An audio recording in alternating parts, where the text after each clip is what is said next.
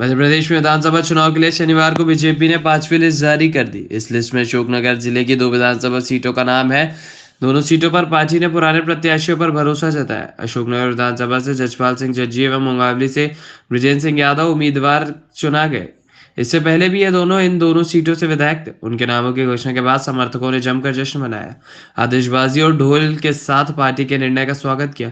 वहीं मीडिया से बात करते हुए जजपाल सिंह जज्जी ने कहा कि अशोकनगर की जनता अगर मुझे दोबारा मौका देती है, जो संकल्प हमने लिया है वो पूरा करेंगे। कोरोना महामारी के कारण जो विकास कार्य रह गए थे, जनता का समर्थन मिलता है तो इस बार उन सारे कार्यों को पूरा कर पाएंगे। उल्लेखनीय है कि 2018 में कांग्रेस पार्टी से दोनों विधायक बने थे, जिसके बाद कांग्रेस को छोड़कर बीजेपी में चले गए थे।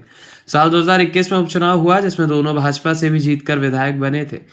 तारवाले बालाजी मंदिर पहुंचकर आशीर्वाद लिया। टिकट की घोषणा के बाद जजपाल सिंह जज्जी अपनी मोटरसाइकिल पर सवार होकर श्री तारवाले बालाजी मंदिर पहुंचे, जहां उन्होंने बालाजी के चरणों में माथा टेका और आशीर्वाद लिया।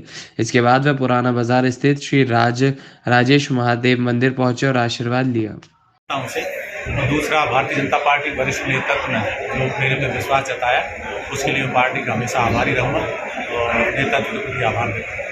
भाई साहब, पिछले कार्यकाल में कुछ ऐसे काम और रह गए होंगे जो होना शेष है, तो इस बार के क्या प्राथमिकता रहेगी आपकी चुनाव में? निश्चित रूप से विकास एक सतत प्रक्रिया है और जैसा कि पिछली बार आप सबको पता है कि कोरोना की महामारी की वजह से विकास कार्य बहुत सारे जो हो सकते थे वो नहीं हो पाए, लेकिन अब मुझे विश्वास है कि जनता भारतीय जनता पार्टी को निश्चित रूप से आशीर्वाद देगी और पुनः भारतीय जनता पार्टी सरकार बनेगी।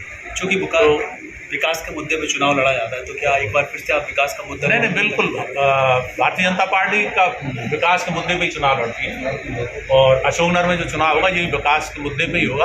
और पिछले कार्यकाल में जो विषम परिस्थितियों में सबको पता है प्रदेश की, देश की, विश्व की अर्थव्यवस्था ध्वस्त हो गई, तो उसके बावजूद उन विषम परिस्थितियों में जो विकास अशोकनगर विधानसभा में हुआ है वो लोगों ने देखा है। तो उसमें उसके बावजूद जो विकास हुआ इसके पहले कभी नहीं हुआ और अब दोबारा से जनता यदि मुझे मौका देती है तो निश्चित रूप से जो काम, बहुत सारे काम जो संकल्प हमने लिए हैं वो हम उनको पूरा करेंगे।